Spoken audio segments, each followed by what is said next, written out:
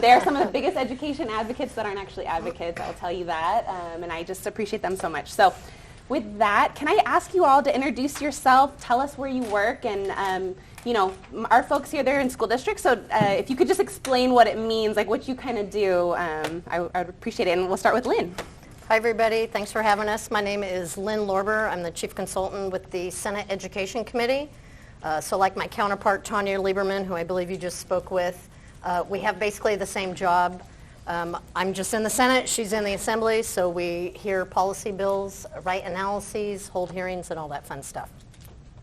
Hi everybody, my name is Yang Salas. I am the K-12 consultant for Senate Budget Committee.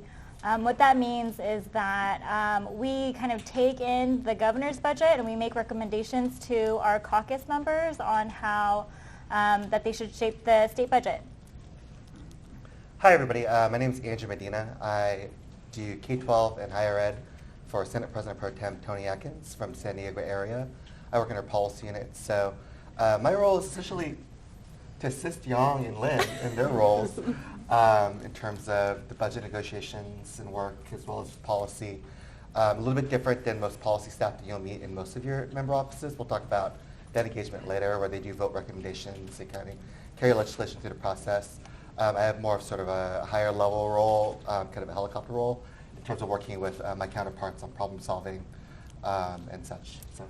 A lot of problem solving, and the fingerprints are everywhere. Can we start with Andrew? Can you tell us a little bit about the Senate's broadly, their priorities for both policy bills or budget? Sure. Just in general for the Pro Tem, she's approaching this year.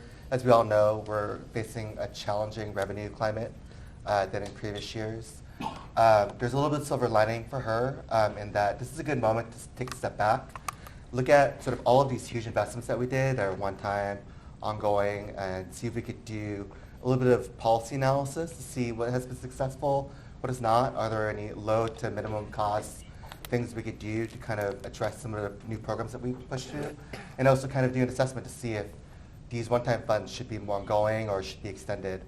Should we get back to a revenue climate that is a little bit more robust? So I know we had one informational hearing on the teacher shortage just recently. I'll be looking at some other things as well, but it'll be throughout. You'll notice that all the different policy committees are having these kind of oversight hearings to kind of take a look and have a conversation about everything that we put on the table and seeing what needs to stay and how we can improve things. So that's kind of her approach this year. Thank you. And so this morning we actually got to hear from Senator Newman, which is the chair of Senate Education, the committee that Lynn works for. Lynn, can you tell us a little bit about, the new chair's priorities and kind of his perspective on education? Sure. Well, as you note, he's new to Education Committee. He has, not only is new as our chair, he's a new member for us. He had not served on our committee before becoming chair, so he's starting from scratch, frankly, and he knows that. And he is the first to put forth that his main priority is to learn and to do no harm. We really appreciate that. So, he's just trying to take it slowly. He has a handful of education bills, nothing earth-shattering, but mainly he really wants to learn and get his sea legs and try to understand the lay of the land. Yeah, he told us his story of being recalled this morning, so that was definitely very, but he was great. We really appreciated him. So, yeah. Okay, so for all of you, we'd love to hear, you got a lot of new members in both houses. What are the policy trends that you're seeing, and what should we be looking out for? Want me to start? You want to start? Oh, sure. Okay. Well, I can just note that, we have also a new senator in both our policy and subcommittee hearing, Senator Smallwood Cuevas. She's really taken a kind of an equity focus sort of approach to both committees, and you notice a lot of the programs that she's looking at, she tends to ask questions about how and what it impacts in terms of closing achievement gaps between communities. So I think that's one thing to note, kind of off the bat. Mm-hmm. I'm noticing, well, I feel like it's game on, frankly. Like post-COVID, there are a lot of bills. I feel like we haven't seen those numbers in several years. I see, a lot of the same ideas, a lot of different ideas on the same topics. I think, though, mostly, excuse me, we're seeing a continuation of things around like the whole child framework, everything that comes with that. Definitely looking at staffing shortages. I was going to say mental health, but that's to me within the whole child framework. School safety, there's a lot of bills about fentanyl. So again, just I think trying to take a look at healing and supporting and being mindful of we're in the business of human beings. Mm-hmm. And I do feel like there's still a little bit of momentum and awareness about adults and how educators also have suffered and are burned out. Yeah. All those things. I think for us, from the budget perspective, Andrew mentioned Senator Smallwood-Cuevas. She's a new member on our subcommittee, and she's kind of really lifted up that perspective of equity and a lot of the questions that she raises in every hearing. And then in addition to that, we kind of see the same issues like from within our caucus, ideas that, as Lynn mentioned, we've seen before. But I think one thing that we've kind of heard consistently from our caucus members is just workforce development and how we kind of address staffing shortages that we hear from their local school districts, their local superintendents on from everything from the nutrition staff to TK to ELOP, and how we really help school districts try to recruit and kind of retain the workforce so that K through 12 students can be supported. So I think that's kind of what we're seeing on our side. Yeah, thank you. Appreciate that. I'm glad you feel like it's a lot of bills because we feel like it's a lot of bills. And I don't know if it's just because we're out of practice or the numbers are actually just really that high this year. So appreciate that. So we know where you guys are in the budget process. We heard a little bit about you're in the process of reviewing the governor's proposal. The May revision will be coming out soon where the governor is going to update his January budget proposal to reflect the updated revenue estimates, which we know are down. Everybody knows they're down. So just curious, as you're looking at the governor's proposal, anything that stands out? Is there, from the Senate perspective, anything that he's missing that, your caucus is going to be taking an eye towards as you're going through your hearings? Yeah. I think the thing that stuck out most to us was the reduction in what's called the Arts, Music, and Instructional Materials Discretionary Block Grant, but what we know was intentional on our part to keep that block grant very flexible. I think our intent behind that was, I think as we were coming out of the pandemic, we heard from a variety of school districts and LEAs just the challenges that they're facing, and they're all unique to each district. And our members, I think, last year, when there was just a whole surplus of money, they had a lot of ideas on how we should kind of tackle that, what would be best supportive. So, we had that emergency COVID block grant that is really kind of attempting to help school districts address the heart of the issues for that. But then we also had this block grant to kind of help with their day-to-day kind of operations. So if they wanted to focus on financial literacy, they could do that. If they wanted to focus on buying books, they could use that money. If they wanted to focus on pensions, which I think we heard consistently last year, they could kind of use that block grant for that. So I think seeing such a drastic reduction in that block grant, I think stuck out to us most.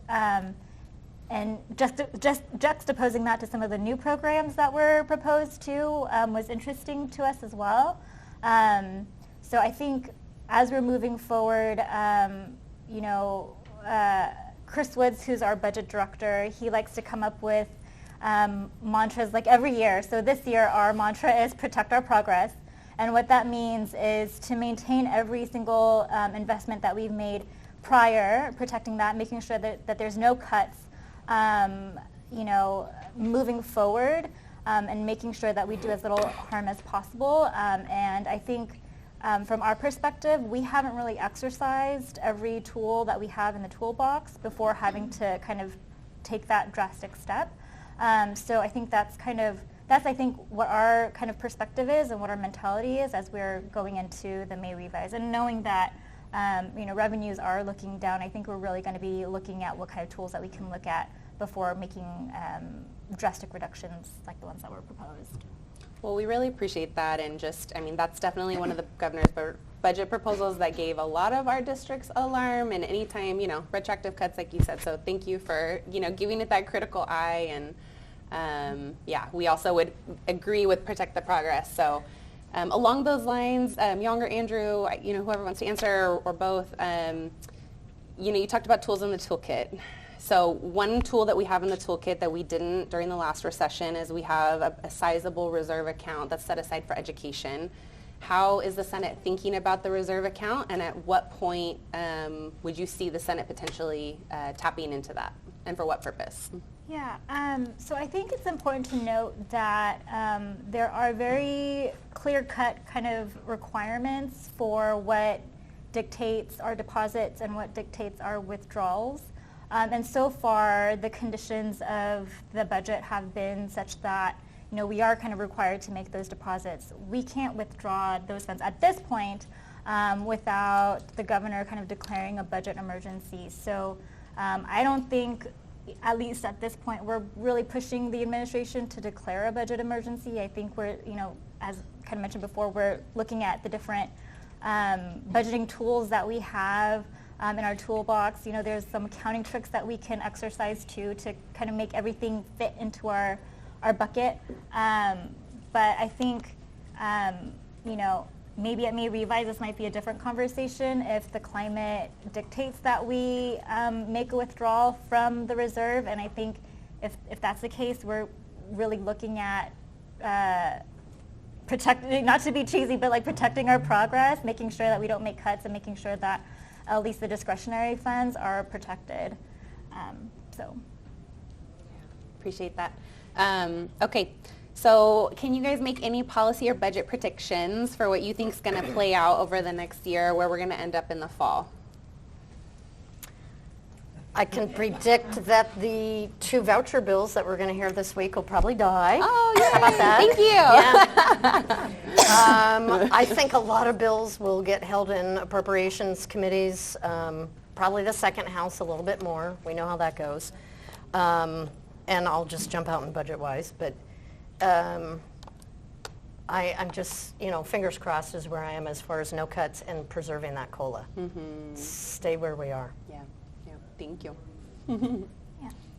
A little bit more of an extended budget, right? With the tax extensions? Yeah, we're constitutionally required to pass the budget by June 15th, so there will be a budget. I think in the fall it will be, we'll wait to see how close we are. Hopefully we are very close, but I think at least by June 15th you'll at least see a budget from us. So. Yeah. I don't know if you want to talk about a little bit about the dynamic where we're not going to know kind of the tax returns are going to be due to the fall for a lot of folks. So there's this dynamic. Folks have mentioned flying blind, or I don't know if you want to tell us a little bit about like the challenges that's going to present for that June 15th constitutional requirement. Yeah. I feel like there are a lot of smart people, a lot of economists within the Department of Finance, within the LAO, who are going to be able to look at the numbers and try to make a very educated guess to see what our revenues will look like, moving forward. I think every kind of June 15th, that's kind of what we do. We don't have a crystal ball to kind of project what our forward years look like in terms of revenue. So I think that this year it's going to be kind of the same. It'll be kind of the same dynamic with just kind of a different set of numbers to project the revenues moving forward from. So, I think we probably won't know until late this year or early next year. How close we really are on that, and that's kind of a future us conversation. Mm-hmm. But I think. At the end of the day, we'll have a budget. So. Yeah, and there's a weird, there's a big difference in the state versus the federal government. So the state has to pass a balanced budget. We can't carry, the feds, they can not have a balanced budget, obviously, as we all know. So there's just a different dynamic and pressure on California to have a balanced budget every year. So. We have hundreds of members this week. They're doing advocacy. They're meeting with their legislators. Any advice for these meetings for effective advocacy or issues to highlight? Well, so I guess to start off, if you're not meeting with the member, staff is just as important. They're the ones who are making the vote recommendations and writing the talking points for the members. Don't feel discouraged if you're meeting with staff. I know that's like always like a big thing for a lot of these lobby days. You'll probably have about 20 to 25 minutes to make your case. So the way I usually frame it for most folks who do lobby days is to really talk about like the larger problem, what you're trying to solve for, try to bring it home with specific examples that we wouldn't be able to get from reading paper. So stories, impact stories, that kind of stuff. And then make sure you have an ask at the end. If you're asking for money, ask for money. If you're asking for an aye vote for a bill, then ask for an aye vote or a no vote for a bill. It's always a little weird when you have a meeting and they don't have an ask, and I'm not quite sure what the point of the meeting was. So I think those three elements are really important. And if your team, I know you're usually broken up in like teams of 4 or 5, you should do like a run through to see like who's going to do what and role, so it goes by really smoothly. I used to do these lobby days, so I was going to say, Andrew used to be an advocate, which is actually when I met him. Immigrant rights side. Yeah. So that's what I would say. The other thing too, I know like at home, each members have a district office and a capital office. So your advocacy doesn't stop at the capital office. You do have access to the district office. So it also works to folks at the district office, and members are usually home Thursday afternoons, Fridays. So you might have an opportunity to catch up with the member in district. And like making yourselves available for site visits, I think is really important. I think this is sort of the first year I've done site visits in the last fall. And it's been so helpful for me to kind of understand what you all are seeing on the ground. Like I said, we see a lot of paper in Sacramento, but once we see it like on the ground and actually how things really are implemented and the challenges that you have, I think it really helps inform our policy decision making. So if you have an opportunity to invite a member or their staff, and I would make sure that it would also include the capital and district staffer, to your LEAs to learn about what you're facing on the ground, I think that's really important and vital. I would double down on that. All politics is local. They want to hear from you in their district. Take them to your schools, relay or link those real stories with, here's our teacher and she's having difficulty with, Also be mindful in our new office building, there's not a lot of meeting space. I've been having a hard time trying to meet with folks. People want to bring a big group. There's no room. I cannot reserve a conference room. So I asked just for myself. I mean, I have a pretty nice office. Some people have cubicles. I could only fit 3 people. You may have to stand up. I like leave-behinds. If you have some, whether it's your whole platform, explanation of who ACSA is, anything, a leave-behind is good for somebody to reference back later. Yeah, I would just echo, what Andrew and Lynn was saying. I can't tell you how many times, Senator Laird, our sub-chair, would get texts from his colleagues with screenshots of texts from their superintendents saying, we need to do this, and then, I would get it, and he would ask, can you please help address this? Can you please get back to Senator so-and-so to respond to their school district? So I think that's probably, in kind of budget lane, it's less formal, it's a little less official than in policy world on how some of those communications happen. But I think that's been a pretty effective way of how some, school districts have been able to kind of communicate with budget. And for us, my door is always open. I love hearing from folks who are kind of doing the job day to day, because for me, we're in Sacramento. We don't really have, I don't have an education background. I was never, a teacher. I was never an administrator. So I think it's really helpful to hear from you, to hear kind of the examples that's happening within your schools, just because it helps provide that perspective, and it helps us provide examples of kind of what's happening to our sub-chairs, because Senator Laird, I think he has experience with the community college boards, but not, he's a little bit less so on the K-12 side. So being able to provide those examples to him has been really helpful in terms of briefing him. And then just with the site visits too, we went on a ton of site visits this past fall, and I already have kind of a running list of things I want to see this fall too. So I know it's always kind of hectic because it's kind of a disruption to your day, but we really kind of appreciate that, and I think it helps us kind of communicate how to do as least harm as possible to the school districts as we're kind of making decisions up here.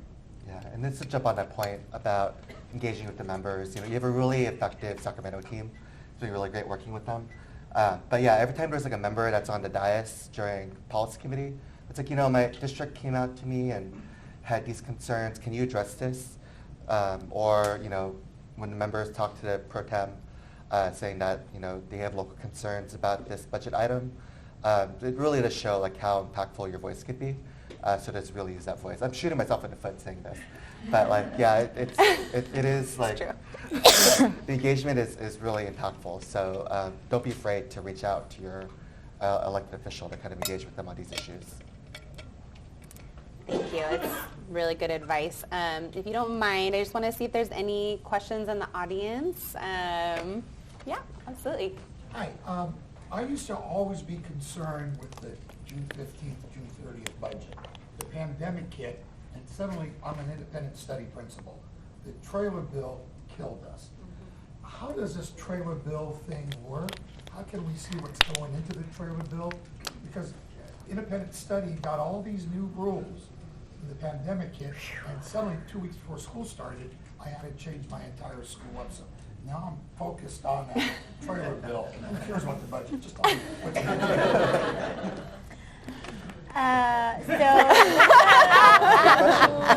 on. We're having flashbacks, right? I know. What I would recommend to you, I don't know if Megan has any. So I used to be Andrew when that bill passed. So that was I know, and I'm sorry. We were frustrated as well. Yeah. Rough year. It was a really hard year. Yeah. I think that is, I think that's kind of one key difference between the policy world and the budget world is you kind of see these trailer bills pop up and you see these kind of niche issues pop up seemingly from nowhere. I think that, it's difficult because it's so fast-paced. What I would say is I think this is kind of where your Sacramento team comes in really critically because they'll be able to read it, digest what's kind of happening. I mean, are they published that, hey, this is going to be a trailer? Yeah. You're shaking your head. Yeah. But not much notice. Right. And many times decisions are made, I feel like. Yeah, the Department of Finance website has the trailer bill from the governor's office, but it really is more like an indicator of what might be in there. Yeah, I think, it requires the 72-hour print, but by the time it's in print, I think those decisions are already made. But I think the lead up to that is what's really important. So if I wasn't here when those conversations were happening, but I think if there were conversations that were percolating, I think, your Sacramento folks would definitely hear it. I think having kind of those conversations like, hey, this is what we're hearing is being discussed. This is like what our experience is with our school. This is what our school districts want to see. Can you please take that into consideration? With my state senator and senator. Correct, yeah. yes. And then also too, we will have the June 15th deadline. There's also an August, we don't really talk about this too much, but there's also an August period where we do cleanup, where this is really just like if there's drafting errors because we're moving so quickly. I mean, these trailer bills, unfortunately, are 200, 300 pages long. So inevitably, and we're drafting them like at 2 a.m. Ledge Council's drafting them like in the during the night while doing these, and so. If there's drafting errors or if there's implementation issues where it would be just absolutely impossible to move forward, I think having that feedback between the June 15th and the August timeline would be critical to say, hey, like we can't do this. This is like this is impossible to do. And having that feedback kind of would help us figure out like whether cleanup is needed in August, or if that kind of goes against the decisions that were being made. So. I also would just add, if I may, that the COVID years were particularly bad. That was probably one of the worst trailer bills ever with very little sunlight. The legislature is doing a lot more hearings now. It was if you take yourself back to where we were, it was a really crazy time. Young's committee and the Senate committees, Andrew, they've been having a lot of hearings. So I think that that's going to cut down a lot on these, I know everybody felt like they got smacked when those independent study rules came out. So I think, your process has also changed a lot. It's become a lot more open. During the COVID, I'd say 2020, 2021, it was a different process. And I'll take the blame because I worked there at the time. So You tried. Yeah. We all tried our best. Yeah, we all did our best. Anyway. All right. Well, just thank you so much for your time. I know it's really busy this year, and we appreciate hearing from you and your insights. So we Likewise. Thank you. Thank you.